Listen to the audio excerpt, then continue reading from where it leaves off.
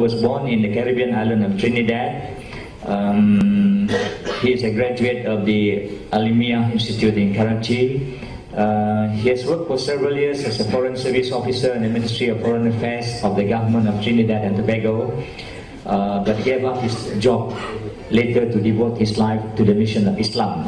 He lived in New York for 10 years, during which time he served as Director of Islamic Studies for the Joint Committee of Muslim Organization of Greater New York. He lectured on Islam in several American and Canadian universities, colleges, churches, including prisons and community halls. He was Imam for some time at Masjid Darul Quran in Long Island, New York. He has also led weekly prayers and delivered sermons at the United Nations headquarters in New York. He has traveled continuously and extensively throughout the world on Islamic lecture tours, and has also written more than a dozen books on Islam.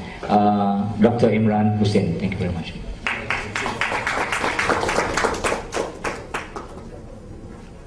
نحمده ونصلي على رسوله الكريم بسم الله الرحمن الرحيم.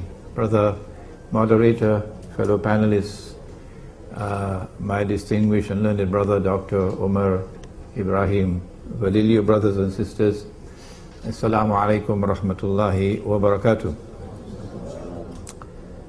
I was a doctoral student at the Graduate Institute of International Studies in Geneva. I didn't know how much Zionism there was in that institute. And I finally left without defending a thesis that I knew I could never defend in the Zionist Institute. So thank you for conferring the doctorate on me, but I don't have a PhD. Islam, the religion, which came from the Quran and from Nabi Muhammad alayhi salatu wasallam, I'm talking about that Islam, has zero tolerance for oppression. And the oppressor will begin to receive his reward for his oppression in the grave. Perhaps later on I can give you some description of what kind of punishment he can receive in the grave. The world today is one which is witnessing universal oppression, multidimensional oppression. And if one cannot recognize that, then buy a one-way ticket to the moon. The oppressor created, it didn't happen by accident, a banking system which I perceive to be the centerpiece of his overall system of oppression. It's not the cruise missiles, it's the banking system. That oppressor is identified in the Quran, in Surah Al-Ma'idah, verse number 51. We can speak about that later. It is a Zionist alliance of Zionist Jews and Zionist Christians, a mysterious European alliance, which is about to deliver to Israel, after a long struggle, the status of ruling state in the world.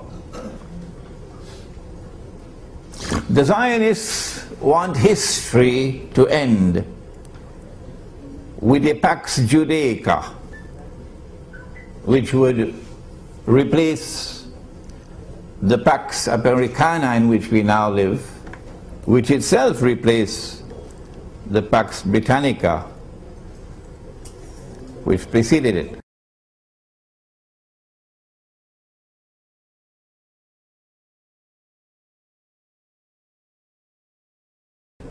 I wrote this book 10 years ago, Jerusalem in the Quran,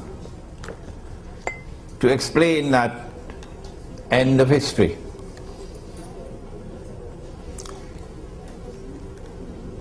When Israel rules the world tomorrow, then a man would rule the world from Jerusalem. And Nabi Muhammad alayhi salatu wasalam described that man to us. But this subject belongs to ilmu akhirul zaman or Islamic eschatology, a subject which Islamic scholars, I don't understand why, are shunning. That man is, of course, Dajjal, the false Messiah. The US dollar is about to collapse. Even a schoolboy knows that. I don't know why the bankers don't know that. If they do, why aren't they talking about it? And why aren't they explaining to us why the US dollar is about to collapse? And how is it that Imran Hosein 15 years ago was saying that the US dollar, not only is it going to collapse, but it must collapse?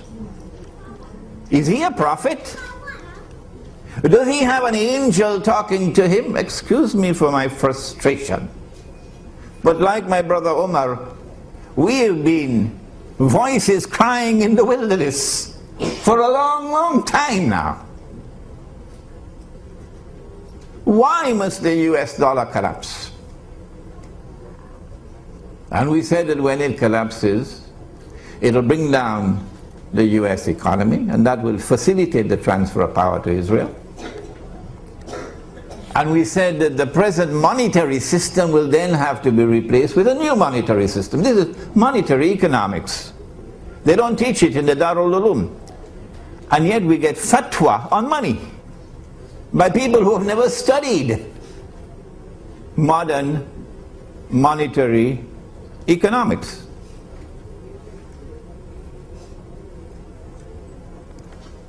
This knowledge came from the study of the Quran and the study of the ahadith of the Prophet ﷺ in the context of ilmu akhirul zaman. If the modern monetary system, which came out of Bretton Woods and which has come out of the international monetary system and the monetary fund, and the articles of agreement of that fund, which incidentally, and even Dr. Mahathir did not know it, prohibits what Allah made halal. Allah gave us the gold dinar and the silver dirham, which are in the Quran. But we live in an age today where some people have a less than a passing acquaintance with the Quran. The dinar is in the Quran. Did you know that? And the dirham is in the Quran. Did you know that? And the International Monetary Fund, the Articles of Agreement prohibit the use of gold as money. Ask them why, they'll never tell you why. And yet we remain like people eating roti chana and going to sleep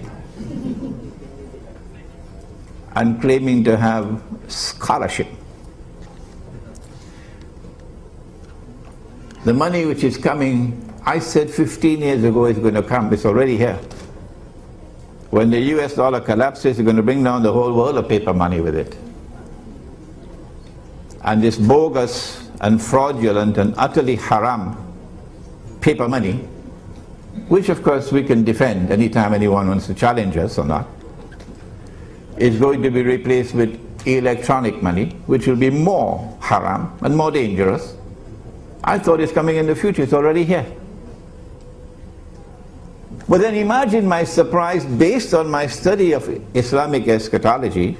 2 years ago I realized that the same people who have given us paper money in order to rip us off and to reduce Indonesia to abject poverty, so our daughters will now be maids all over the world, our daughters, and be paid the salary of dogs and cats.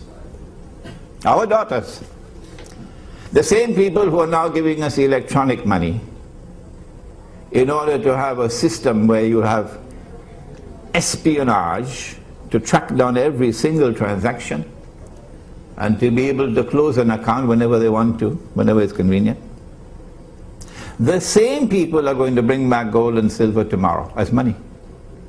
I was surprised when I discovered that we're moving towards a tomorrow, maybe 20 years from now, when Israel is going to mint gold and silver. Or is going to mint gold and silver? My gosh, Imran, you are behind time. Israel is already minting gold and silver coins. Go to Singapore, you see them on display. I don't want to live to see that day when those who are today waging war on Islam on Israel's behalf are going to bring back gold and silver as money, while we remain ominously silent on this subject, apart from Umar and myself and a few others who've been crying in the wilderness for the last 15 years. So I pray to Allah to take me away from the world before that day comes, because the shame and the disgrace will be too much for me. Let them live, who today will not raise a little finger. Not even a little finger will they raise and declare themselves Islamic banking. But they'll never say that this paper money is bogus, it's fraudulent, it's haram. And they will never say, let us bring back the gold and silver coins. May Allah keep them alive for that day, so that they may face the shame and the disgrace of a people who have betrayed Allah and His Messenger. What is riba? And how does it oppress? Are questions we could take up later. There are two forms of riba. One is, of course, lending money on interest. And when money is lent on interest, the rich will remain permanently rich forever and ever, and the poor will be imprisoned in permanent poverty forever and ever. Money will no longer circulate through the economy, and even a schoolboy can see that's today's economy. But there's another form of riba which can be identified in taking a piece of paper. And if you have not studied the Bretton Woods Accord, and you've not studied the International Monetary Fund and the history of monetary economics, please remain silent. You take a piece of paper and you print a picture on it and you put a number on it and you give to that picture, because you are God, a fictitious value. Because you are God Himself. You create money out of nothing. Well, wait until you reach the grave. Just wait until you reach the grave. That's a form of riba. Or you create something called a bank. Take the word Islam out of it, because that's hijacking the name of Islam. And somebody has an account with $1,000 and he writes checks. He goes all around KL writing checks, because they know him, the shopkeepers accept the checks. But you have 1,000 in your account and you write out checks for 20,000? You should go to jail. That's fraudulent. Schoolboy will understand that. Is this fractional reserve banking? Can this be halal? If that is halal, you should buy a one-way ticket to the moon. And so, it is not Islam when you lend money on interest, and it is not Islam when you say goodbye to money with intrinsic value that Allah created, and you create money out of nothing. That can't be Islam. But as Umar was mentioning earlier, there's also something called riba through the back door. And let us speak briefly on that before we end. Can I buy on credit? Of course I can buy on credit. Nabi Muhammad alayhi salatu wasalam bought on credit. Can the shopkeeper raise his price because he's selling to me on credit? The cash price is 5 ringgits. I don't have the 5 ringgits. So the shopkeeper gives me time to pay. But because he's waiting for his money, the cash price now has to be changed to a credit price. So the credit price will now be 10 ringgits, because he has to wait for his money. Can a credit price be higher than a cash price? You don't need a degree from some Sharia institute. I mean, this is simple. This is 5 ringgits worth of common sense. That if you have to wait for your money, that the money should increase over time. That's riba. That is the essence of riba. That money grows over time. And so when the bank says, and they call it murabaha, they should define it, put in brackets after murabaha, backdoor riba.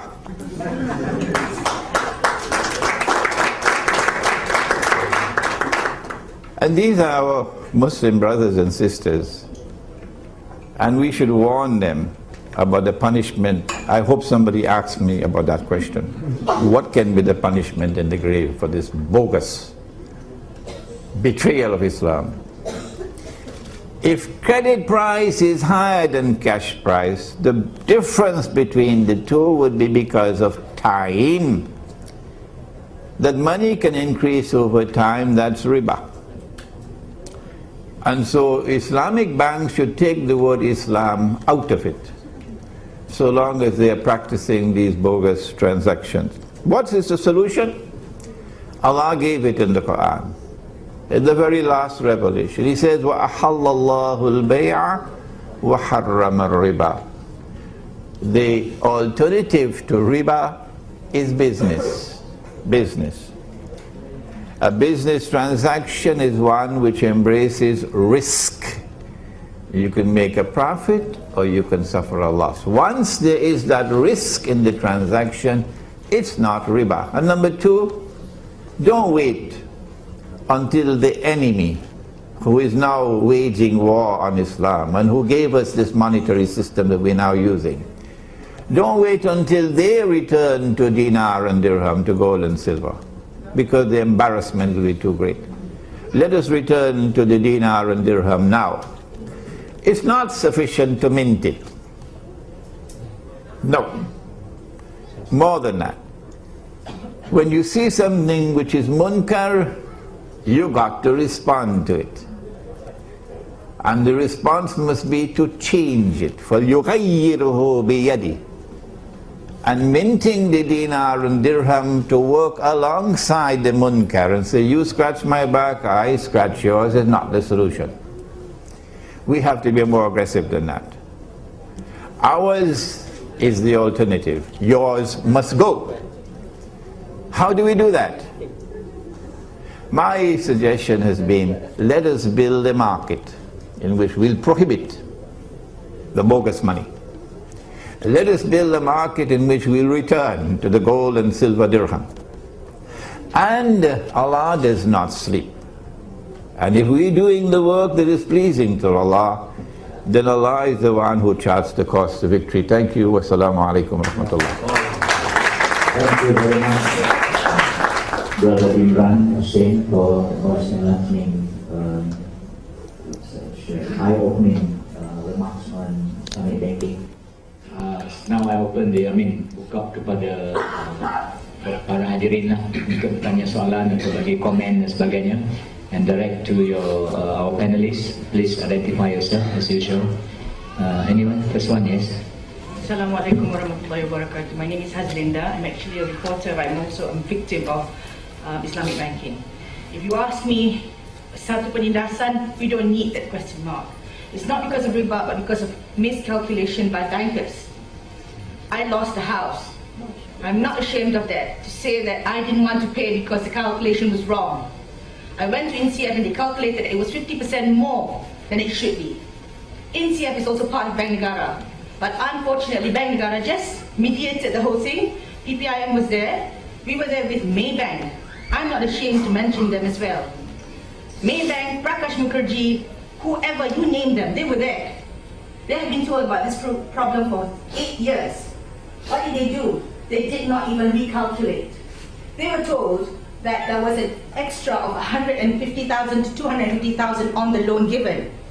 We took a 375,000 ringgit loan to buy a house, and they charged us 793,000 to pay back within 19 years. I wouldn't mind paying if the calculation was right. It was based on 2 years of 6% and another 17 years of 8.25%. We challenged them to calculate. They failed to. What I'm trying to say here is, can CIMB or the university create an entity for people to go to ask if the calculation is right? We need a roof above our heads. We need a roof to actually sell off to send our children to further their education. Is that wrong? Now, when we brought this up, what the banks did was, they have a lawyer to take the matter to court. I'm sorry I have to share this in English so that Tuan Imran and probably the others who are more conversant about this matter would be able to respond. And I'm sure that in Azia, you can also feel the whole matter. Now, when we went to UIA to consult another lecturer by the name of Professor Zakaria Man, he gave me the majalah. I went through the trouble to read about Bibita bin Najib. It was too difficult for me to mention that term when I first took the loan. BBA was easier, but it was nonsensical. I should have spelled it some other way and put an I at the end. So, when matters were brought to court, because we didn't want to pay and we wrote them thousands of letters to tell them it's wrong. Even the current CEO failed to look at it. Don't want to mention his name because I thought he's someone very respected. However, when it was miscalculated and we got INSIAF to tell our lawyers that we ought to fight this case, we were told that the current judge listening to such cases was from Bank Negara Malaysia, Rohana. We had even brought that matter to her when she was still in Bank Negara. What's the point if we keep circling the same circle? I would like to know, Tuan Imran, what is the punishment for these people? And I would be very happy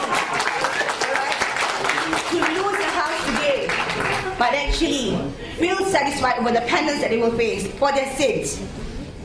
They owe me a lot. They owe Islam a lot. They owe other people a lot. This is not the only case. We're not talking about extra payment. We're talking about wrong calculation.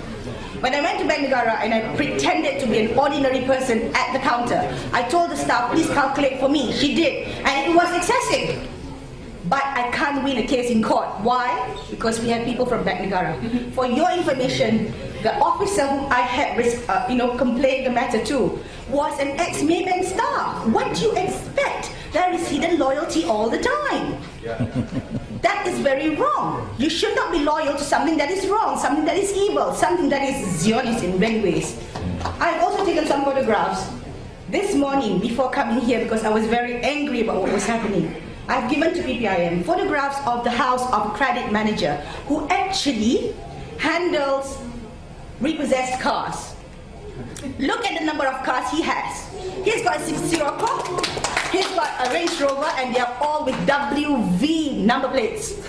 He has just retired. I am still working and I can't afford that. Alright? So all this is because you have officers who do not know where the line stands. They buy cars for their friends and sell it off. He's got 4 cars. Look at the number plates. They're not ordinary cars. And he says to my sister who lives next door that these are cars given to him for being director on a company. That's bullshit. I'm sorry. No company gives such cars. I would love to be a director for that company. I'm sure even if I work for that company, I'll get a better car than what I'm driving today. Thank you very much. Thank you, Hosein. Very eloquently presented the views. System, there seems to be a conspiracy along the way. May I ask either Umar or Imran to... Yeah. Number one. Punishment for them.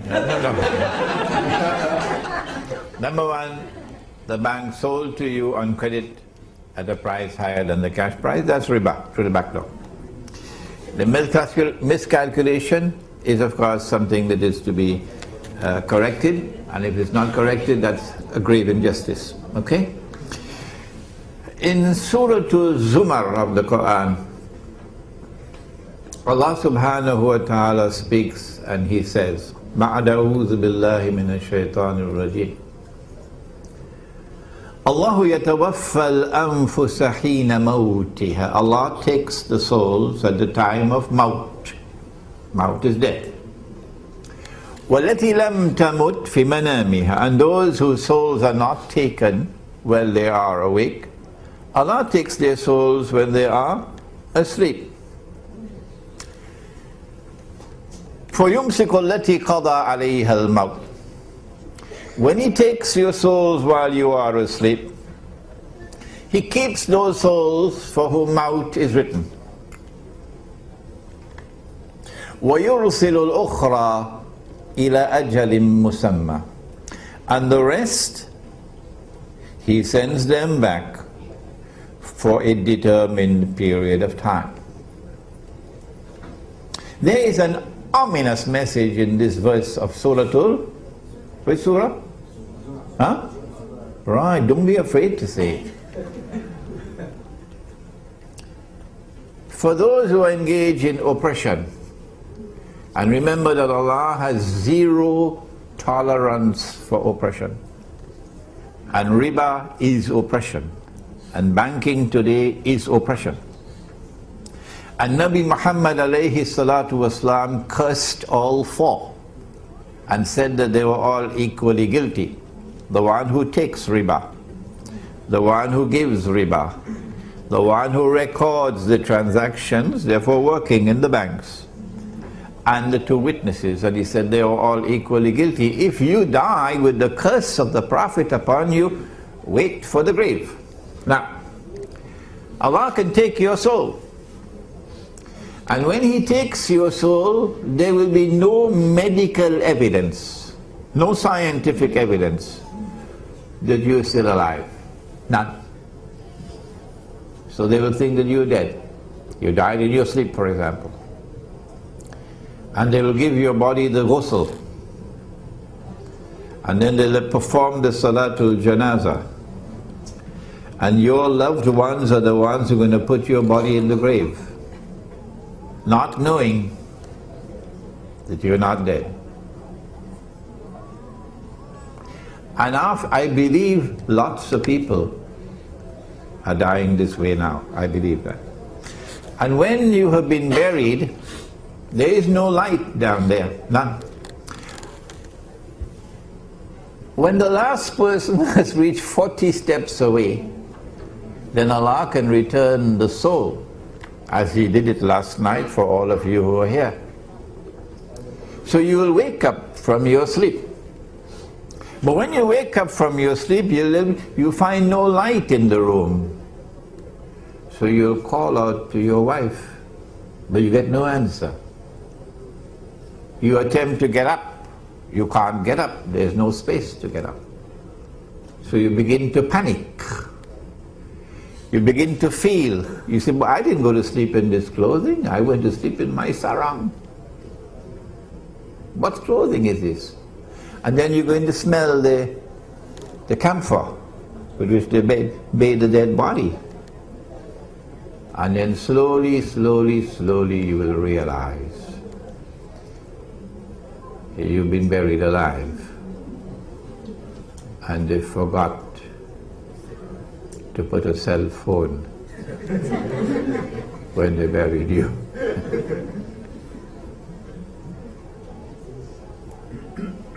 And then you're going to cry out, and cry out, and cry out.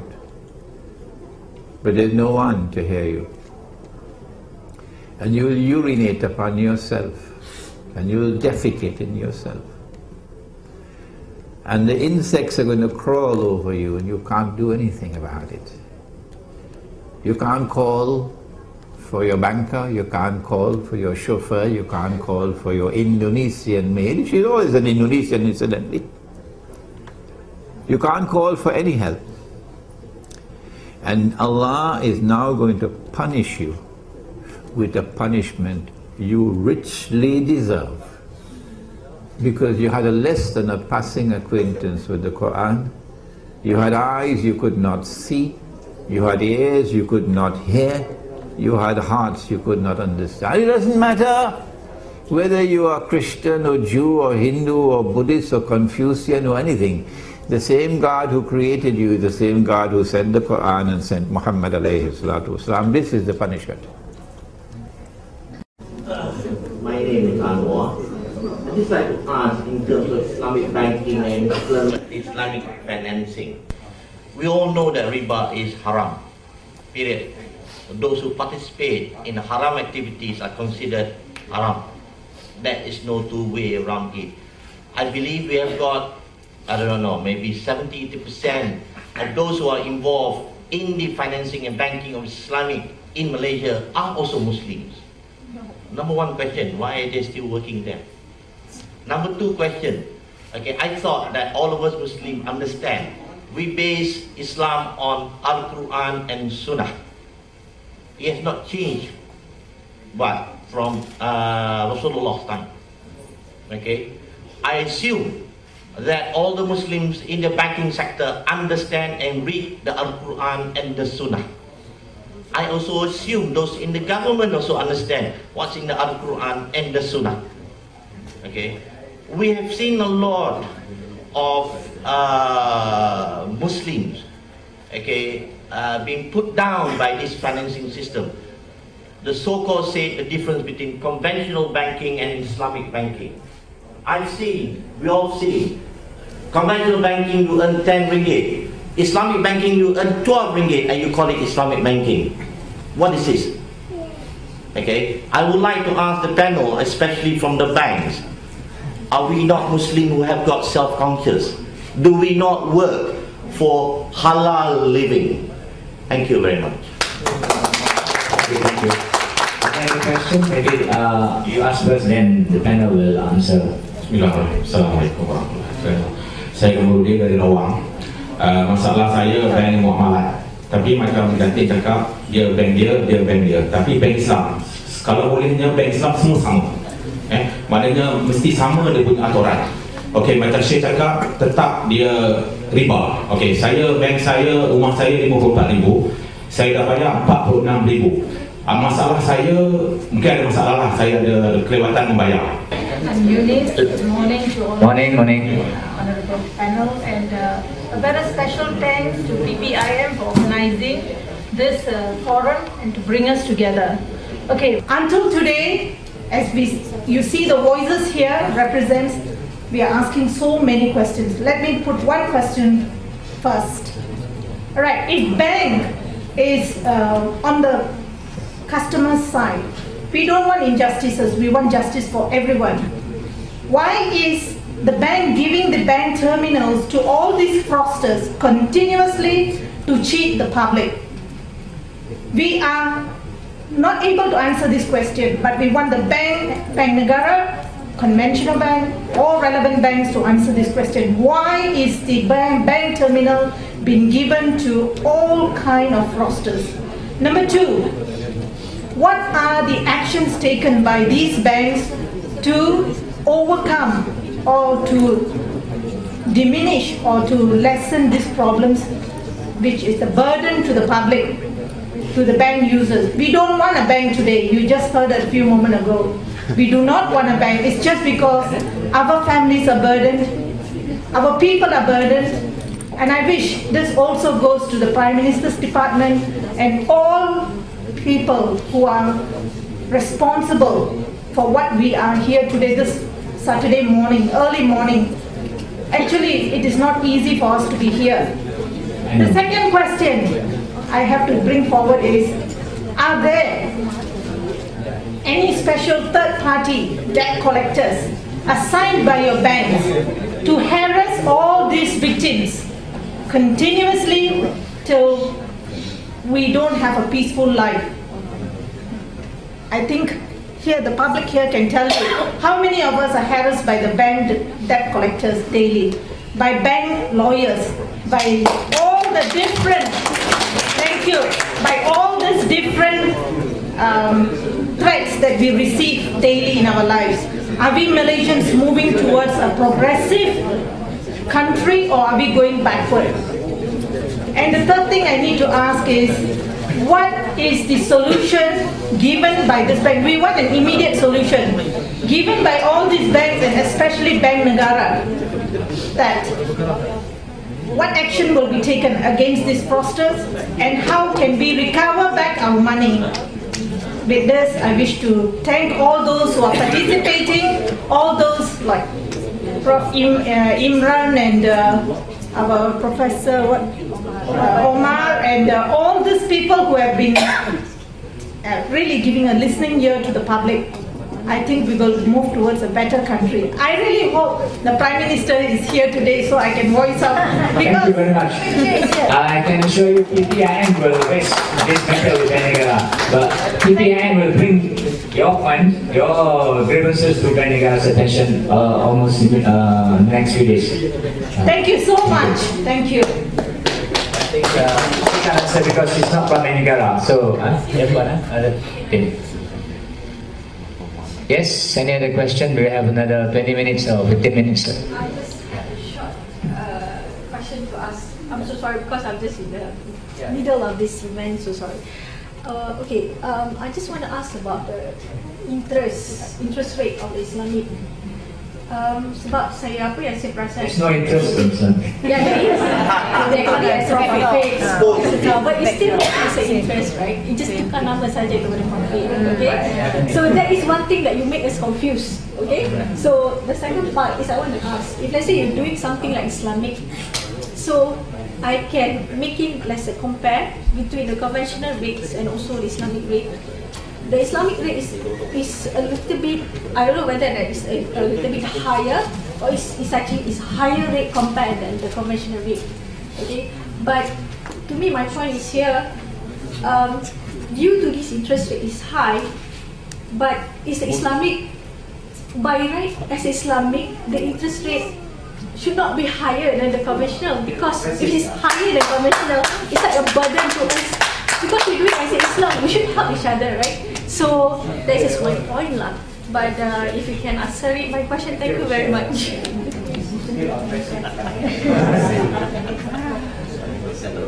The Prophet ﷺ has said, whether riba is big or it is small, it is still riba. Number one. And he says whether riba is big, 20%, 30%, or small, 2%, 1%, you know, gram. What's the name of that bank in Bangladesh? Nobel Prize? Grameen, yeah,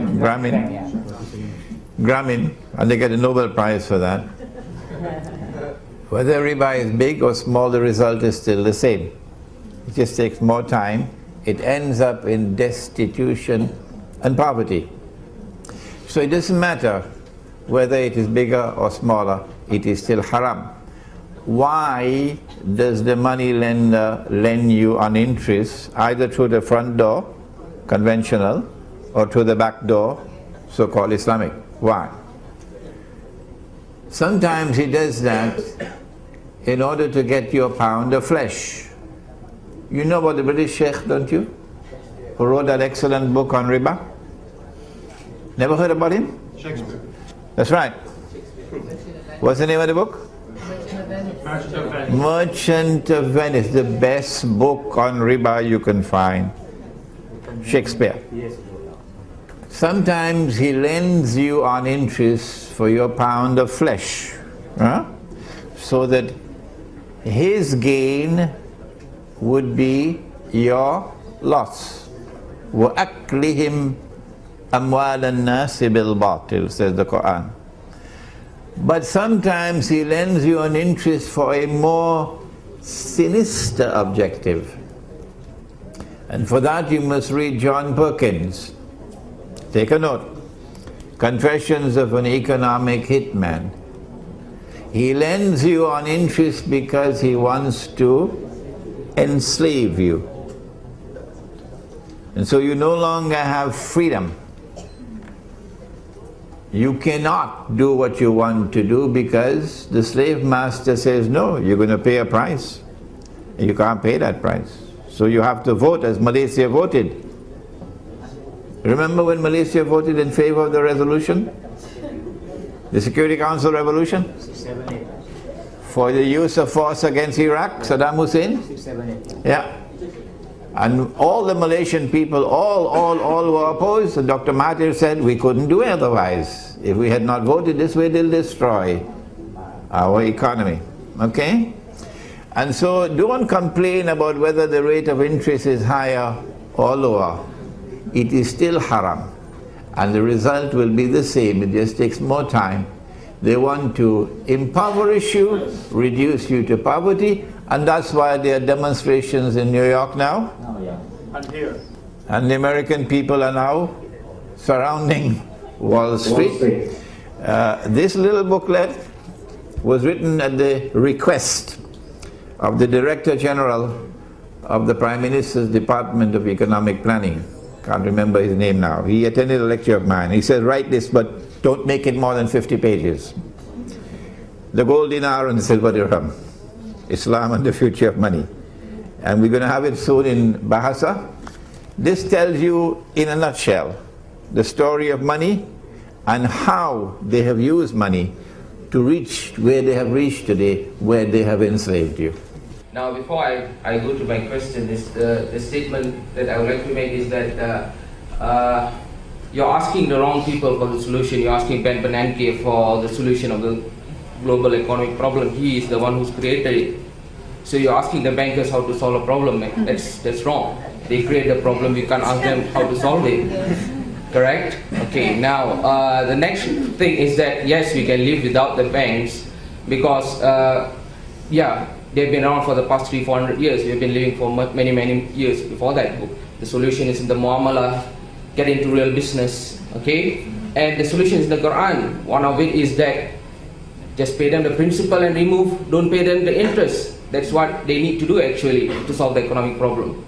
Okay, my question straightforward to Sheikh Imran Hosein: what are the role of the ulama? It's so baffling. Why are they being so silent? Number one, or why are they knowing the fact that they are wrong, they still endorse it? And why is that we have to follow that particular group of ulamas who come out and say that yes, this is Islamic, that's Sharia compliant, who come from that particular part of the world? Because I find that there is two distinguished points. When there are ulamas who are not from that particular part of the world say something, it's not accepted because it is not from that school or not from that university or not from that organization. Why is that the ulama are so silent, number one, and why are they the ones who condone this? What are they? Don't they know these problems? And why is this happening, Sheikh Imran? Thank you. Assalamu alaikum. Hadith of the Prophet Muhammad alayhi salatu wasalam. Listen carefully.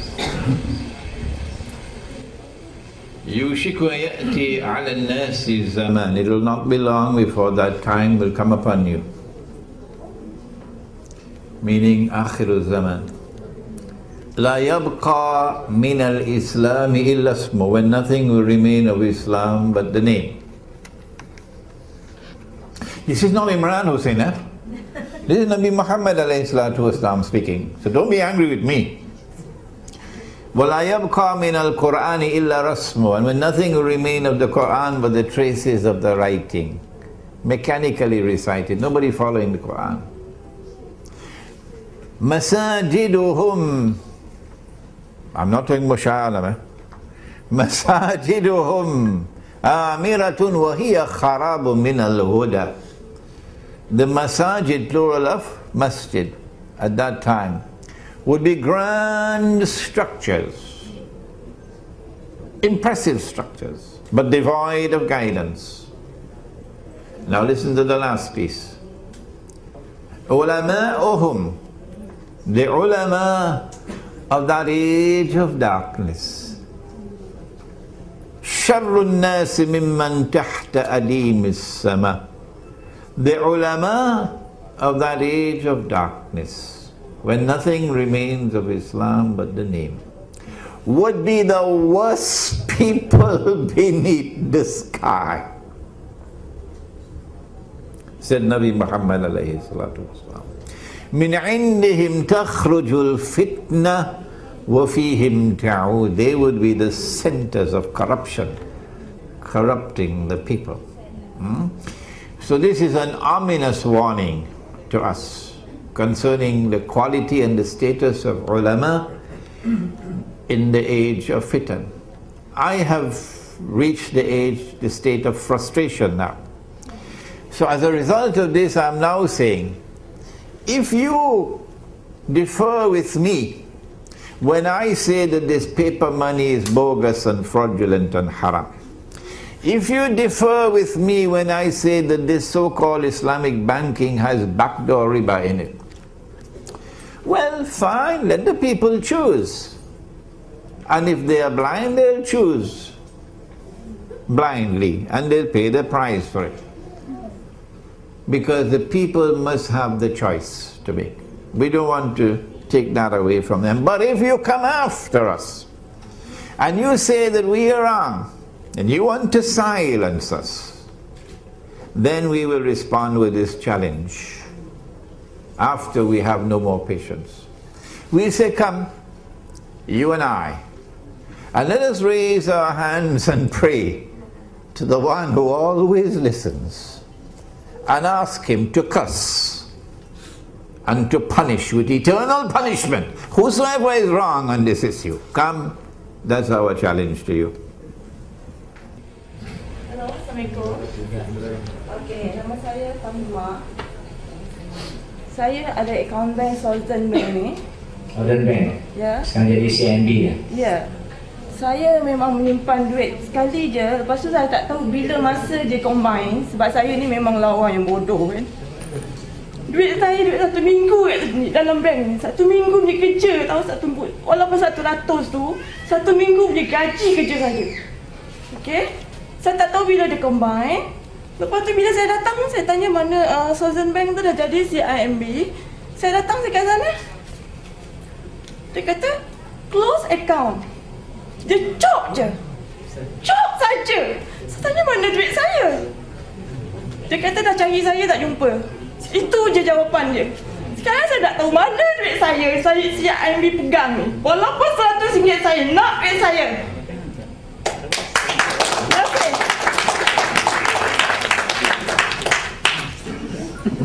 Okey, nanti kita jawab tu. Soalan saya simple saja.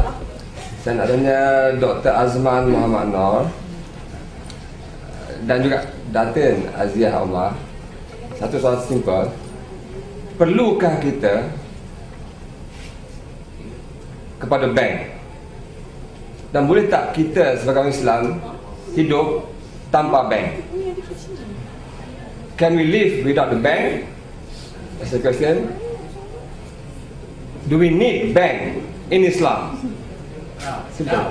At this time, kalau long time kita boleh build up punya dinar semua now. Yes. Maknanya orang macam saya tak boleh bergerak lah kan. Yes, now. We need now. Asal saya kata, think kalau tak, boleh? Ada soalan, kenalkan diri. Assalamualaikum. Nama saya Hamidun, ahli BBIM juga dan mangsa pada bank.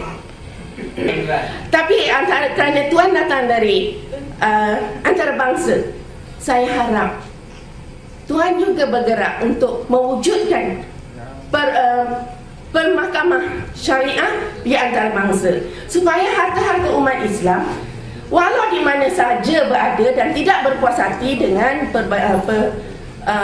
mahkamah biasa ni, boleh kita lagi tuntut di dalam syariah. Dekat situ barulah harta kita dapat diselamatkan. Dan wang-wang Baitul Mal itu boleh digunakan di dalam saluran mempertahankan hak umat Islam. Jangan kerana Islam PAS dan Islam UMNO kita jadi mangsa. Saya bukan ahli politik mana-mana orang sekalipun, tapi saya tidak menerhaka dengan negara ini dan bumi ini. Lillahi ta'ala. Maybe last one, our friend here who has been waiting since 7:30 just now. Hello, good morning. Yes. My name is William Hui. Years ago, when Bank Islam set up, I read Chinese paper that Bank Islam help Malay free interest, only service charge only. Now I was shocked, man. 300,000 pay 700,000. I think this is something wrong. I hope CIMB you charge interest, pay back the interest lah to the Muslim. Yeah, you got many millions Because I got 10,000 members. I am NGO also. Canteen Association. Canteen Association. 10,000 schools. Yeah. And all the Malay, I say, congratulations, now Islam take care of you lah. No interest one. Buy house also no interest, is so happy lah. Now I was shocked, man, how this is. And bank make millions of dollars. I hope I suggest write to Najib, Satu Malaysia, help the Muslim lah. Yeah. Thank you. Thank you.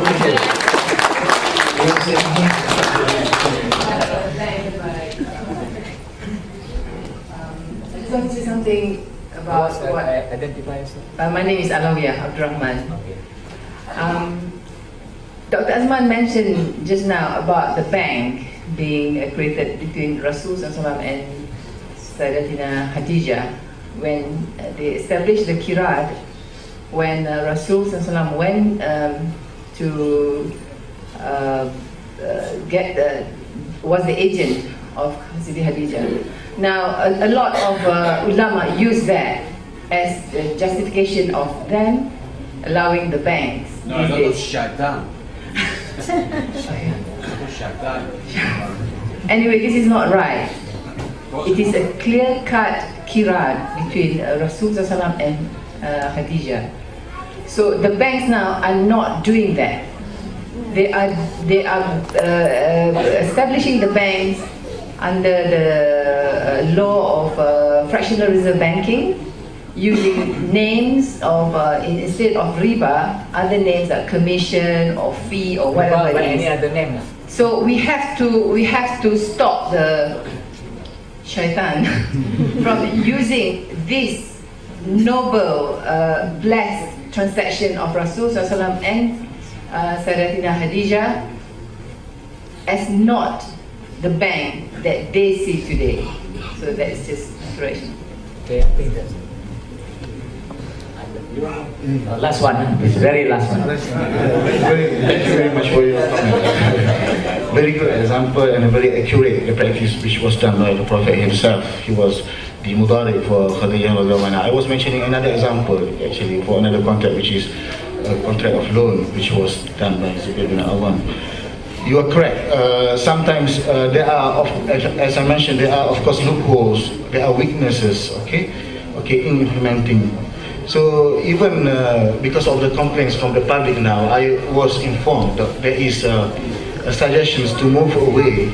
They may come up with something else, instead of Mudarabah, because the thing is not so transparent. They have the reserve, profit equalization reserve. The amount they distribute actually is not the real. The real performance does not reflect the real performance, the real profit obtained gained by the Mudarib. So sometimes the bank has to top up. So this is fictional, I agree. As Professor Omar mentioned. So they are trying to move away. But for the time being, as I mentioned to you, some of them, they were given permission on the interim basis, for temporal basis. So they are going to review from time to time.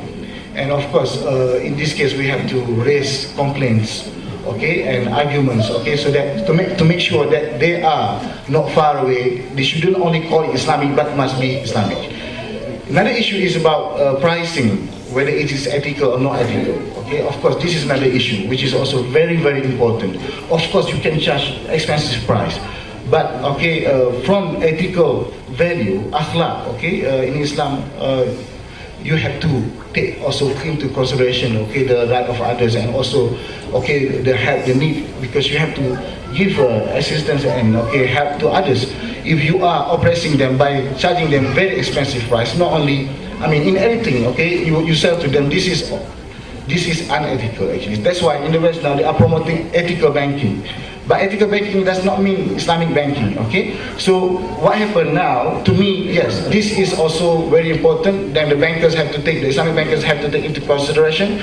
okay, where their pricing should be ethical. Okay, the pricing, and they should be transparent. Okay, the price must be known, the way they calculate must be known, and there shouldn't be any oppressions, or there shouldn't be any fictitious or anything which is hidden, any fancy transactions behind the whole transaction. Wallahu a'lam. Terima kasih Tuan Azman, terima kasih, thank you very much Syekh Imran Hosein dan Datin Azian Umar, dan terima kasih kepada tuan-tuan dan puan-puan sekalian. Saya berjanji apa juga hujah ataupun masalah yang diberikan ini akan dihantar. We will send a memorandum to the Prime Minister at the end of the day on the 3-day session here, and we will try to meet the Prime Minister himself, especially on the points of housing dan sebagainya dan Islamic banking. So I think on that note, saya dengan sukacitanya mensyiarkan forum ini ditutup. Terima kasih kepada semua. Terima kasih.